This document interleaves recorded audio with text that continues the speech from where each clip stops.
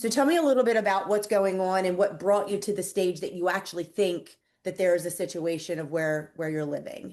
Since we moved into the house, I live in my room's in the basement, and it's been flooding. So like whenever there's like a significant amount of rain over a long period of time, like when the ground's really wet, like water will get down here, and my floor is pretty much just concrete with like vinyl flooring on top of it.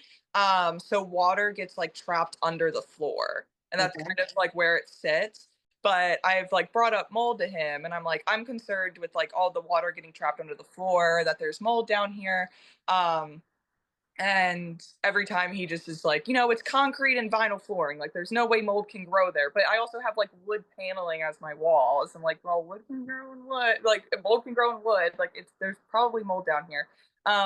And I just started getting really like tired and fatigued at some point. Like, I'm sleeping like 10 hours a night. Like, I just feel awful all the time. Such bad brain fog, and I'm fatigued. And like, I've gone to doctors, and like, they don't really know what's going on. There's water in my room multiple times a year, and it's not properly being cleaned out. When there is like water down here, it does, yeah, it has like that like earthy, like musty smell. Okay. And like sometimes in the summer when it's like humid outside, it gets humid in here. Okay. You can definitely smell it. Well, first of all, you're not crazy. And second of all, it Yeah. makes me feel really bad for you to feel sick and fatigue all the time. This area is not conditioned to be living quarters.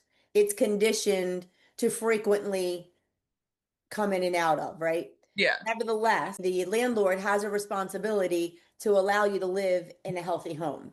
Yeah. Okay. That's their responsibility, not yours.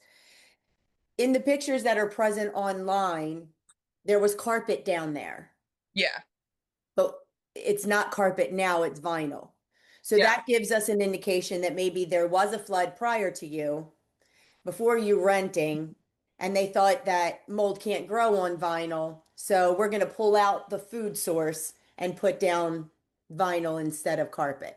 Yeah, that's pretty much what he told me. Because when my room started flooding, he acted like he didn't know. And then when I was re-signing the lease, and I was like, dude, like, you need to do something about this if I'm going to re-sign the lease. He was like, yeah, well, water gets down there. That's why we ripped up the carpet. So he like slipped up and told me that he knew that there was water in the basement. Yes, mold can grow between concrete and vinyl flooring. It won't metastasize as much as a food source, which is organic, like the wood, drywall, paper, those sorts of things. But it does trap, and it can't dry properly. I know the concrete on the utility side is painted, which means water can't evaporate through the concrete, because concrete we call porous. So water can go through it. Okay. So if water could dissipate through that down to the grade level, then you'd be okay. But I don't know if it's painted or sealed under your laminate, which means it's trapped. And moisture changes the relative humidity.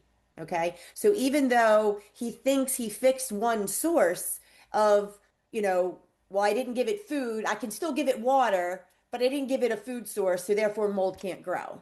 That's not the whole science behind it, right? The petri dishes that you sent me, I'm pretty sure are going to come back very, very elevated in an Aspergillium penicillium. And it's also probably going to come back with something that's called cladosporium. Yeah. Okay. Cladosporium shows me that there's going to be wet building material. It doesn't mean that it's saturated because of a flood. When you have the bathroom, which when you did the video, I couldn't tell if it actually had a bathroom vent that actually pulls out the humidity from when you shower. Yeah, it doesn't have a bed. So it's just a light. Yeah. Yeah. Okay.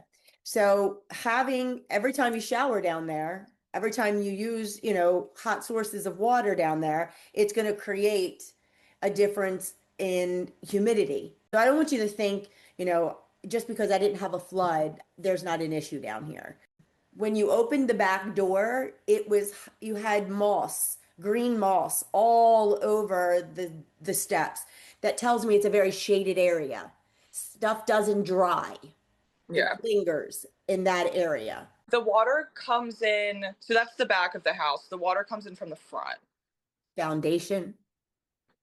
Probably. Does he have a sub pump? Yeah, there's two sub pumps. So there's one in the front and there's one in the back. Okay. And are they working or running? Yeah, they do work. Okay. I don't know that it's going to be a quick fix. I don't like the fact that you're sick down there. And we do know in the industry of mold, it's condition based. So if you change its condition, it changes your health condition. Yeah, Unfortunately, we're in a period where we don't know if this is ever going to get fixed correctly enough for you to feel healthy. yeah. Definitely want you to send those petri dishes in. I want to know what comes back and what level. Is there a way that we can try to do like a trial run, or if you've done this already, like stay out of the area down there for like 2 weeks? Do you have like a vacation coming? I did do that over the summer. I was sleeping like 7 hours a night and I was waking up with enough energy to last me all day and I didn't feel sick. So that I have done that. Okay. We are And signed the lease, so I mean, I'm kind of, I guess I could break the lease for like health problems, but if we wanted him to fix the issue, that he was going to increase our rent by $100 a person, so he could afford to fix it. there's no real ventilation down there. Like there's no returns, there's no vents. I don't even know if you have central air. I think it might be a boiler system. So there's no circulation of air. It's very stagnant right now. Sometimes you'll walk in a basement and you'll get like a really pungent odor, and then other times you won't. Okay. So it's literally taking over the oxygen, like the clean oxygen that you're supposed to be breathing, because it takes your oxygen, metastasize, and it spits back out toxins, which is causing the fatigue, causing you not to feel well, making you feel like you're more depressed or having brain fog. Like these are symptoms that happen with long-term exposure. And request immediately for him to make that dehumidification run continuously, because you're not always available to empty it out. And then for you, if you wanted to get something, you could do like an air scrubber with a HEPA filter in it. You can get them from Amazon, and that will circulate as well and help.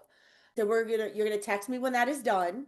Okay. Okay, when we do that water drain continuously, and then when he fixes the shower vent, because he has to, because that's code.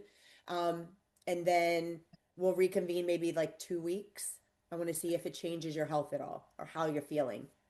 And send those out. Send that lab out. I want to see if I'm right. Okay, I will. I'll send them out. Okay, bye.